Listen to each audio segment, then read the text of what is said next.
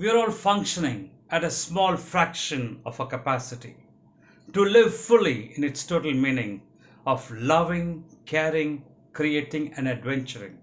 Consequently, actualizing our potential can become the most exciting adventure of our lifetime, says Herbert Otto, a behavioral scientist. Now, we are all functioning at a small fraction of our capacity to live fully in its total meaning of loving, caring, creating, and adventuring. Consequently, actualizing our potential can become the most exciting adventure of our lifetime. Well, we want a lot of excitement in life, and therefore we do a lot of things. We want adventure in life. We go up the mountaintop, we go down the ocean, we travel the length and breadth of the world because we are all wanting an excitement and adventure in life. But Herbert Otto says actualizing our potential can become the most exciting adventure of a lifetime. Well, we all have enormous potential. We've got enormous possibilities, and we need to tap into that. In order to tap into our potential, we need energy to bring it out. Now, what is that energy we human beings possess which can help us to bring out our potential? The energy that we have is our thoughts are energy. Now, our thoughts are the ones that create. Because everything, first of all, it's created in the mind as a concept, as a thought, and then comes out into action as a reality. So, therefore, thoughts are energy. Thought energy is as tangible as any other energy. There can be various energy. For instance, solar energy, hydro energy, electrical energy, laser energy, so many of them. But energy has got a science. Energy, when it is concentrated, it's powerful. When not concentrated, it's powerless. For example, this light that is falling on me is energy. I need this light to see you, and you need this light to see me. We all use this energy. But this light energy is diluted, therefore it dissipates. But if the same light energy is concentrated, steered, and focused, it becomes a laser.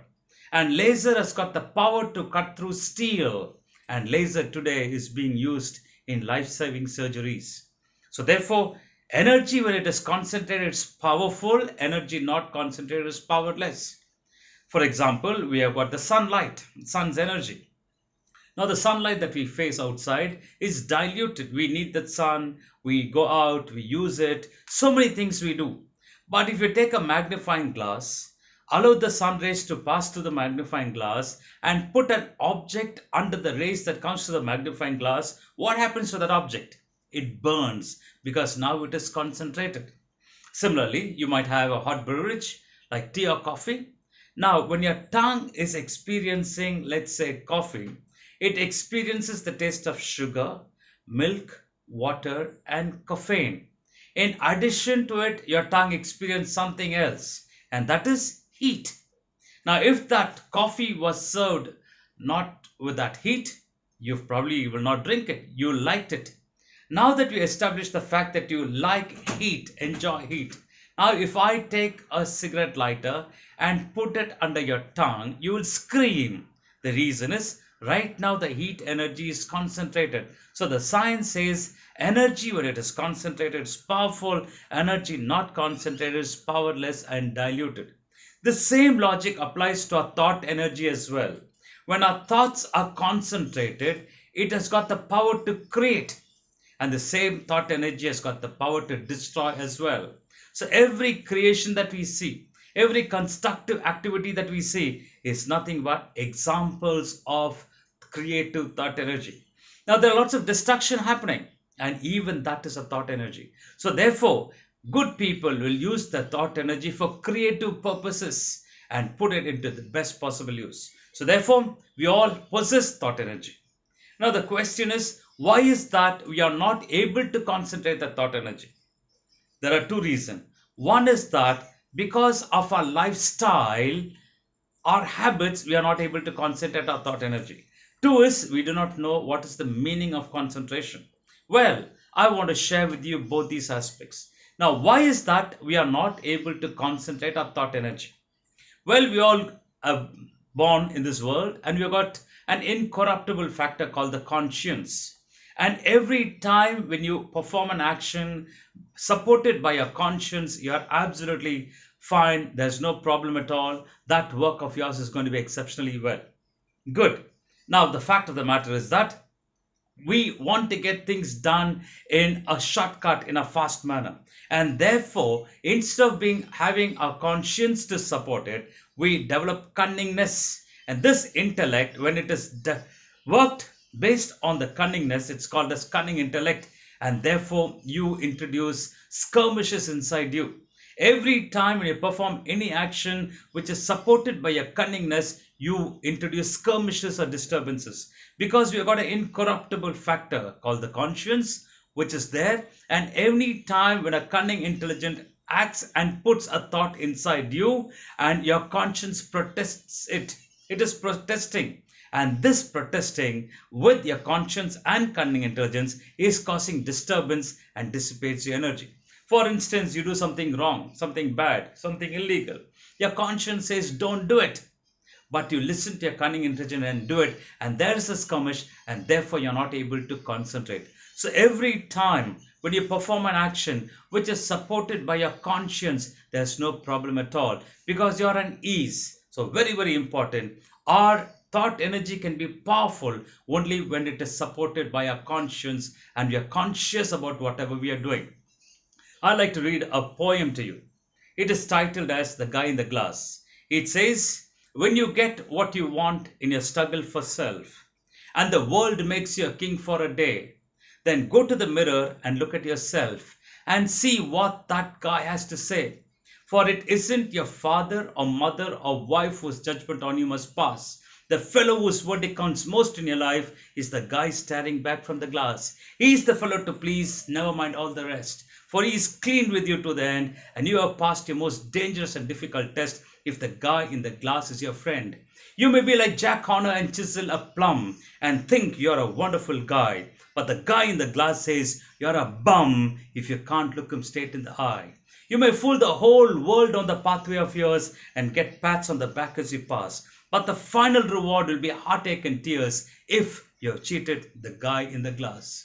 Friends, the guy in the glass is a conscience. So the world might celebrate you as a great person, but if your conscience does not approve of it, you are a failure. So it's very, very important. Every time you go to the mirror and look at your face, you also must know there is a guy in the glass, in the mirror, beyond your physical appearance. If you can see the guy in the glass, your conscience, and listen to the voice of your conscience, you will be absolutely at ease, and your thought energy is going to be concentrated. So therefore, listen to your conscience and perform every action on your conscience. Then you will find you have peace, which is very, very important than the wealth that you might accumulate using your cunning intelligence. Well, we need to understand what is concentration. Now, having understood what does not allow us to concentrate because of our cunningness, and for us to concentrate, we need to work from our consciousness and be conscious about action. And now the next is that we need to understand what is concentration. Concentration is defined as your ability to steer your whole mind towards one thought or one activity, disregarding of the many million thoughts that comes in. Because at any point in time, so many thoughts are coming in. Your ability to steer your whole mind towards one thought or one activity, disregarding the rest of the many, is called concentration. In short, concentration is one minus many. And the moment you can develop this level of concentration of your thought energy, being absolutely unidirectionally focused towards one activity or one endeavor, you're going to be very, very successful, because that is concentration. As Swami Vivekananda says, take up one idea, think of that idea, just work on that idea, make that idea your life, and you're going to be successful. That means take up one activity of yours and give it your best. If you see, all these people are a great success, be it in any discipline, they develop the discipline to be conscious, to be concentrating, and not indiscipline, getting distracted. So therefore, simple aspect is that take up one work and give it your best is going to come. So here we found out concentration is the ability to steer your whole mind towards one thought, disregarding the many thoughts. One thought means one activity. Now, as you keep developing this, if you can come to a state of life wherein even this one thought drops, Just imagine a situation where you're in one thought, one thought, one thought, but over a period of time, even this one thought drops. Now, what is there? No thought. And this, in our Indian scriptures, they say it as a state called samadhi. Samadhi is a state of your being wherein you experience time without experiencing any thought, without falling asleep. And that is the most powerful state of our life where we are only conscious. We are just seeing everything, being absolutely aware of it, but no thoughts at all. So, therefore, the samadhi is a very powerful, enlightened, higher state of life, which is called as the ability to focus all your mind towards one thought, which is concentration. And samadhi is your ability to be aware of time without no thought and no sleep. And that is what is samadhi. And if we can practice this, we are certainly going to be powerful. So, therefore, let's aspire to get in that no thought zone, to experience time without experiencing any thought, without falling asleep. But for that, let us develop the power of concentration and let us live by a conscience. And then we find we will optimize our potential and we'll do justice to this great human life of ours. Thank you.